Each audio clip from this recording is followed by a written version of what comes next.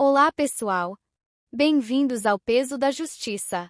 No episódio de hoje, exploraremos a sombria e intrigante história de Wade Wilson, um homem cujos crimes o levaram a enfrentar a pena de morte.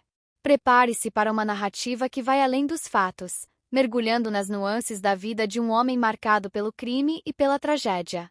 A história de Wade não é apenas uma crônica de um crime, mas uma reflexão profunda sobre o que significa ser humano em meio a escolhas sombrias e consequências devastadoras. Wade Wilson, de 30 anos, condenado à morte pelo assassinato de duas mulheres no estado da Flórida, Estados Unidos. Em 2019, teve seus crimes descritos como cruéis pelo juiz que proferiu a sentença. Wilson nasceu em Fort Myers e é fruto de um relacionamento entre adolescentes. Steven Testazeka afirmou que descobriu que seria pai quando tinha 14 ou 15 anos. Ele e a mãe de Wade decidiram colocar a criança para adoção. Candy e Steve Wilson, pessoas que frequentavam a mesma igreja dos avós maternos do bebê, adotaram o menino. Ele cresceu na cidade de Tallahassee, na Flórida. Um ex-colega sob anonimato disse que o jovem era problemático. Outro ex-colega falou que Wilson teria chegado a roubar o carro de seus pais adotivos e desaparecido por 3 dias ainda quando era adolescente. Em audiência, a defesa de Wilson leu uma carta dos pais adotivos do preso. No texto, eles descrevem que ele era uma criança alegre e que amava seus pais e irmãs, além de ser imensamente amado em troca. Eles acrescentaram que o filho ficou delirante depois que se tornou dependente químico. Os pais adotivos dizem que, durante a adolescência e primeiros anos da vida adulta, Wilson começou a se afastar, se tornando inicialmente retraído, instável e deprimido. Depois, o vício juntou-se à doença mental e ele tornou-se francamente paranoico e delirante, e o sentimento de perda tornou-se cada vez mais acentuado. Eles ainda acrescentaram, sem detalhar, que o sistema falhou com o filho, sem dar um diagnóstico, medicação e cuidados de acompanhamento. Tentamos juntar as peças, mas não tínhamos ideia de como encontrar o apoio que Wilson precisava para ser a pessoa que ele era por dentro, acrescentaram, lamentando a morte das duas vítimas. Aos 18 anos, o homem tentou se reaproximar do pai biológico. Testazeka disse no julgamento que o filho frequentemente pedia dinheiro para ele. Em junho, Kelly Matthews, ex-namorada, revelou que Wilson nunca foi violento com ela. Porém, tudo mudou em 18 de fevereiro de 2019, quando Wilson tentou estrangulá-la 2 ou 3 vezes em um carro, segundo o relato da mulher no TikTok. Kelly ainda revelou que ex-namorado a empurrou no assoalho do carro e cortou suas roupas com uma faca. Em algum momento, ele mordeu meu rosto, me mordeu no queixo, disse ela, exibindo as fotos do suposto ataque. Matthews também alegou que ele a amordaçou, amarrou uma camisa em volta de seu rosto e prendeu suas mãos e pés com um saco de lixo usado dentro do carro. A mulher disse que relatou a suposta agressão à polícia, mas o homem não foi preso. Quando foi preso, não tinha nenhuma tatuagem no rosto em outubro de 2019. Advogado de Wilson disse que cliente é muito intimidador. Kevin Shirley afirmou ao Newsweek que o cliente moldou sua aparência enquanto estava preso e aguardando o julgamento, e ressaltou que o homem nunca expressou suas razões para as mudanças.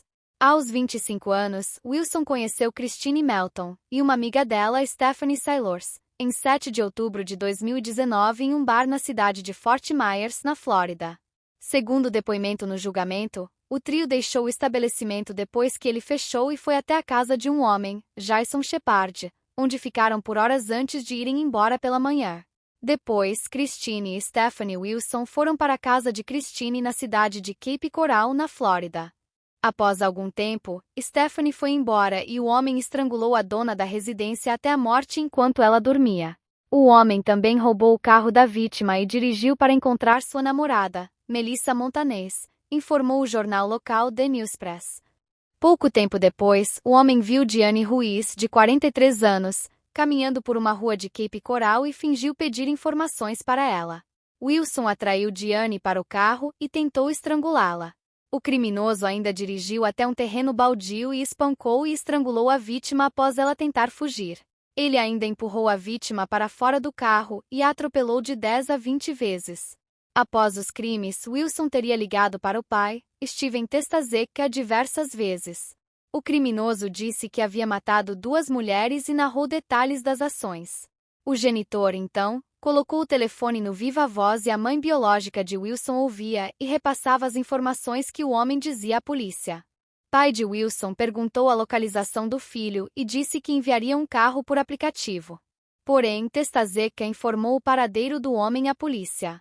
Ele fugiu, mas foi preso em 8 de outubro de 2019. Corpo de Ruiz foi encontrado 3 dias depois em uma área de mata.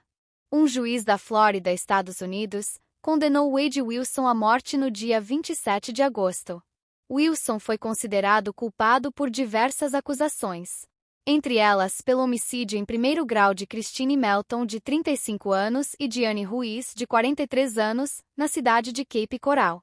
Em junho, um júri com 12 membros do condado de Lee, também na Flórida, haviam recomendado que ele fosse condenado à morte. O júri durou 2 semanas e condenou o homem por 6 acusações, incluindo 2 acusações de homicídio em primeiro grau. Em 25 de junho, 10 dos 12 jurados votaram para que o preso fosse executado por matar Diane. 9 deles também votaram pela pena de morte do acusado pelo assassinato de Christine. Apesar da sugestão do júri, o magistrado condenou o réu à pena capital, uma para cada assassinato. Ele também foi considerado culpado pelas acusações de roubo, lesão corporal e furto.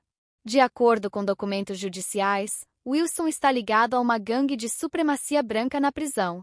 O criminoso ostenta várias tatuagens de suástica, incluindo no lado direito da cabeça e abaixo do olho direito.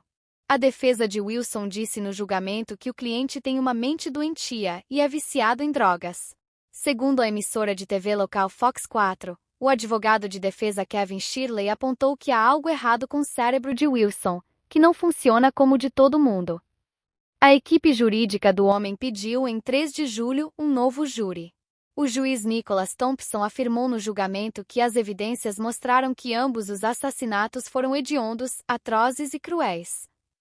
Para o juiz, o segundo assassinato foi frio, calculado e premeditado.